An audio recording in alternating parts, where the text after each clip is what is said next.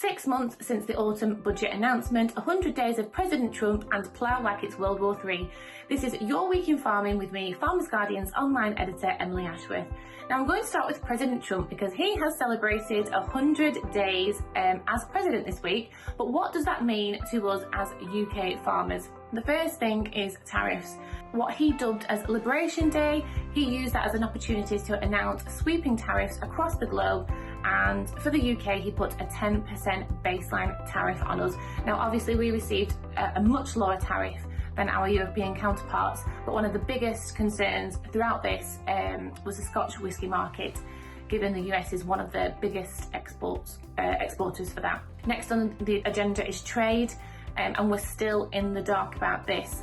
The industry is continually calling upon the government to say, stand our ground, please don't sell our UK farmers out and cave to lower welfare standards. Last week I reported on the fact that Chancellor Rachel Reeves was in Washington trying to get this deal rolling, but we are still currently none the wiser. We have another milestone this week, which means it was 6 months since the autumn budget announcement around inheritance tax, a day that many in agriculture will remember. Since then we've had all these protests but no movement or sign of any consultation or anything for that matter from the government. They are steadfast in this decision. The NFU has said that it is looking to change tack and get more MPs on board, and as an industry we don't want to create an environment where MPs feel like they cannot get on our side. Some Labour MPs have already come out in support of the industry, but we certainly need more. I'm going to move on to something that we could certainly all do with a bit more of, which is gin. There's a fantastic feature on a Herefordshire farm who have diversified, and it's a great example of collaboration and how they have added this small diversification onto their more traditional livestock farm. We also have a Farmers Guardian exclusive. We have published our findings from our survey, which we ran with the Tenant Farmers Association. It was to try and highlight the impact that inheritance tax could have on the tenant sector, because they potentially might have been slightly overlooked in this whole debacle. The feeling is that they are feeling quite vulnerable, and it's very interesting to see those insights. So head to thefarmersguardian.com to check those results out. Last but not least, I'm going to finish with a letter that was published on Farmers Guardian.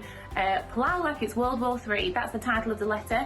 And in this, one farmer says that with the suspension of SFI, farmers should just get back to doing what they do best, which is farming and producing food. This particular farmer had applied for SFI but has had certain payments halted due to various circumstances, and he is now at a point where he's thinking, I just don't want to do it anymore, and I'm going to move forward with just farming every piece of land that I've got, and he says that everybody should do the same. So check that out, and as always let us know your thoughts on that. There's a lot of debate going on in terms of SFI, and we have a piece coming next week about what farmers are doing in this interim period. So if you are have any worries, or you are deciding to do something different now that SFI application has almost been taken away from you, please let us know.